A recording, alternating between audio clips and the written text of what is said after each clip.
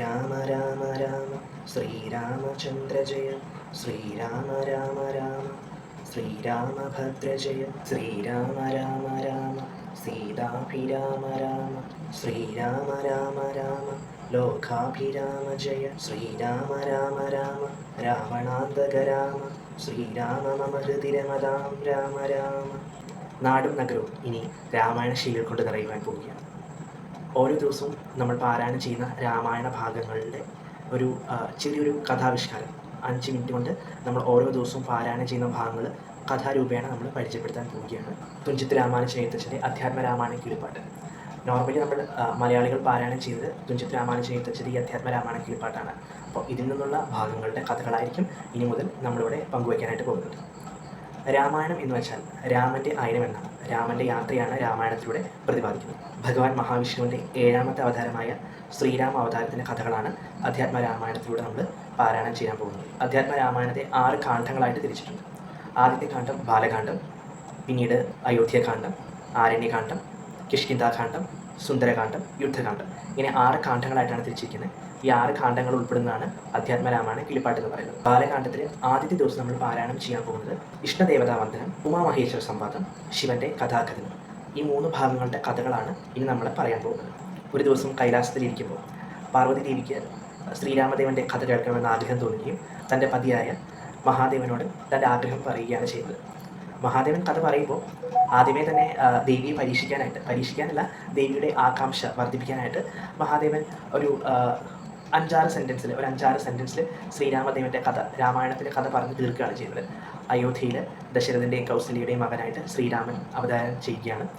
അതിനുശേഷം ജനകൻ്റെ പുത്രിയായ ജാനകിയെ വിവാഹം ചെയ്യുകയും കൈകേയിയുടെ നിർബന്ധപ്രകാരം ശ്രീരാമനും സീതയും ഒപ്പം അനുജനായ ലക്ഷ്മണനും കൂടെ വനവാസത്തിന് പോവുകയും അവിടെ നിന്ന് സീതയെ രാവണൻ തട്ടിക്കൊണ്ടു പോവുകയും ശ്രീരാമദേവൻ സീതാദേവി അന്വേഷിച്ചുകൊണ്ട് ലങ്കയിലേക്ക് പോകുന്നതും ലങ്കയിൽ വെച്ച് നടക്കുന്ന ഘോരമായ യുദ്ധത്തിൽ രാവണനെ വധിച്ച് ശ്രീരാമദേവൻ സീതാദേവിയെ വീണ്ടെടുക്കുന്നതുമാണ് രാമായണത്തിലെ കഥ. ശേഷം അയോധ്യയിൽ വരികയും രാജഭരണം ഏറ്റെടുക്കുകയാണ് ചെയ്തത്. ഈ രീതിയിലാണ് മഹാദേവൻ പാർവതി ദേവിക്ക് ആദ്യം കഥ പറഞ്ഞു കൊടുക്കുന്നത്. കഥ പറഞ്ഞു കൊടുത്ത ടൈമിൽ പാർവതി ദേവി പറയാണ്, ദേവ, എനിക്ക് ഇങ്ങനെയല്ല വേണ്ടത്, വളരെ വിശദമായ രീതിയിൽ തന്നെ ശ്രീരാമദേവൻ്റെ കഥ എനിക്ക് കേൾക്കണം എന്ന് പറയുകയാണ് ചെയ്യുന്നത്. അപ്പോൾ ശിവഭഗവാൻ പറയുകയാണ്, ദേവിയുടെ ആഗ്രഹം അങ്ങനെയാണെങ്കിൽ ഞാൻ വളരെ വിശദമായിട്ട് തന്നെ ശ്രീരാമദേവൻ്റെ കഥ ദേവിക്ക് പറഞ്ഞു തരാം. ഒപ്പം തന്നെ ഭഗവാൻ പറയുകയാണ്, ഏതൊരുവനാണോ രാമായണ കഥ പാരായണം ചെയ്യുന്നത്, അതുപോലെ തന്നെ രാമായണ കഥ ശ്രമിക്കുന്നത്, അവർക്ക് ധനസമൃദ്ധി, ശത്രുദോഷങ്ങളിൽ നിന്നുള്ള മുക്തി, പുത്രലാഭം, ദീർഘായുസ്, അവസാനം അവർക്ക് മുക്തിയും പ്രാപിക്കും എന്നാണ് ഭഗവാൻ പറയുന്നത്. അപ്പോൾ ഭഗവാൻ പറയുകയാണ്, ശ്രീരാമാവതാരം എടുക്കുന്നതിന് മുന്നേ തന്നെ ഭൂമിയിൽ അസുരന്മാരുടെ ആധിപത്യം കാരണം ഭൂമിദേവി വളരെയധികം വേദന സഹിച്ച് ബ്രഹ്മദേവനെ കാണാനായിട്ട് ചെല്ലുകയാണ്. ഭൂമിയിൽ അസുരന്മാരുടെ എണ്ണം ക്രമാതീതമായിട്ട് കൂടിയിരിക്കുകയാണ്. ഈ ഭാരങ്ങളൊന്നും തന്നെ തനിക്ക് താങ്ങാൻ കഴിയുന്നില്ല, തന്നെ ഇതിൽ നിന്ന് രക്ഷിക്കണം എന്ന് പറഞ്ഞുകൊണ്ട് ഭൂമിദേവി ബ്രഹ്മദേവൻ്റെ അടുക്കൽ ചെന്നു. അപ്പോൾ ബ്രഹ്മദേവൻ പറയാണ്, സൃഷ്ടി ചെയ്യുക എന്നതാണ് നമ്മുടെ ദൗത്യം, നമുക്കതിൽ കവിഞ്ഞൊന്നും ഇതിൽ ചെയ്യാൻ കഴിയില്ല. നമുക്കെല്ലാവർക്കും പരിപാലകനായ മഹാവിഷ്ണുവിൻ്റെ അടുത്ത് ചെന്നിട്ട് സങ്കടം ബോധിപ്പിക്കാം എന്ന് പറഞ്ഞ് ഭൂമിദേവിയും മറ്റ് ദേവന്മാരെയും കൂട്ടി ബ്രഹ്മദേവൻ വൈകുണ്ഠത്തിലേക്ക് ചെല്ലുകയാണ്. ബ്രഹ്മദേവൻ മഹാവിഷ്ണുവിനോട് പറയാണ്, ഭൂമിയിലെ ദുഷ്ടശക്തികളുടെ എണ്ണം ക്രമാതീതമായി വർദ്ധിച്ചിരിക്കുകയാണ്. തൽഫലമായിട്ട് ന്യായം, നീതി, ധർമ്മം ഒന്നും തന്നെ ഭൂമിയിൽ കാണാനില്ല. ഭൂമിദേവിയെ ഈ കഷ്ടതകളിൽ നിന്നെല്ലാം രക്ഷിച്ചുകൊണ്ട് ഭൂമിയെ സംരക്ഷിക്കണം എന്ന് മഹാവിഷ്ണുവിനോട് ബ്രഹ്മദേവൻ പറയുകയാണ്. അസുരന്മാരുടെ സർവനാശത്തിനായിട്ട് നാം ത്രേതായുഗത്തിൽ ശ്രീരാമൻ്റെ രൂപത്തിൽ ശ്രീരാമാവതാരം എടുക്കാനായിട്ട് പോവുകയാണ്. ശ്രീരാമാവതാരത്തിൻ്റെ ലക്ഷ്യം തന്നെ അസുരന്മാരുടെ നിഗ്രഹമാണ്. ഭഗവാൻ ഒരു കാര്യം കൂടെ പറഞ്ഞു വയ്ക്കുന്നുണ്ട്, ഞാൻ ദശരഥൻ്റെയും കൗസല്യയുടെയും, അതായത് കശ്യപ മഹർഷിയാണ് ദശരഥനായിട്ട് പുനർജനിച്ചിരിക്കുന്നത്, അതിഥി മാതാവാണ് അതുപോലെ തന്നെ കൗസല്യാദേവിയായിട്ട് പുനർജനിച്ചിരിക്കുന്നത്. ഇവർക്കൊരു വരം കിട്ടിയിട്ടുണ്ട്, ഇവരുടെ എല്ലാ ജന്മങ്ങളിലും മഹാവിഷ്ണു തന്നെ അവരുടെ പുത്രനായിട്ട് ജനിക്കണമെന്നുള്ളത്. അപ്പോൾ മഹാവിഷ്ണു പറയാണ്, അതുകൂടാതെ തന്നെ എനിക്കൊപ്പം 3 സഹോദരന്മാരും ഈ ഭൂമിയിൽ ജന്മമെടുക്കാൻ പോകുന്നതായിരിക്കും. യോഗമായ ദേവി, അതായത് മഹാലക്ഷ്മി ജാനകി ദേവിയായിട്ട് ജനകൻ്റെ പുത്രിയായിട്ട് ഭൂമിയിൽ ജന്മമെടുക്കും.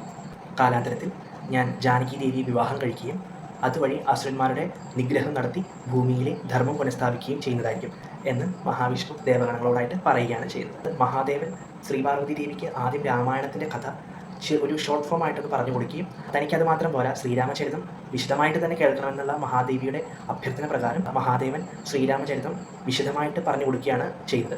അപ്പോൾ അതിൽ ആദ്യത്തെ ഭാഗത്തിൽ നമുക്ക് ഇത്രയാണ് വരുന്നുള്ളൂ. 2ാമത്തെ ഭാഗത്തിലാണ് ശ്രീരാമദേവൻ്റെ ജനനം അവതാര കഥ പറയുന്നത്. 2ാം ദിവസത്തെ പാരായണത്തിലാണ്. എല്ലാവർക്കും ഇന്നത്തെ കഥ മനസ്സിലായി എന്ന് വിചാരിക്കുന്നു. അപ്പോൾ എല്ലാവരും എല്ലാ ദിവസവും കഥകൾ കേൾക്കുക. ശ്രീരാമദേവൻ്റെ നാമത്തിൽ എല്ലാവർക്കും എല്ലാവിധ ഐശ്വര്യങ്ങളും ഉണ്ടാവട്ടെ എന്ന് പ്രാർത്ഥിക്കുകയും ചെയ്യും. നമസ്കാരം.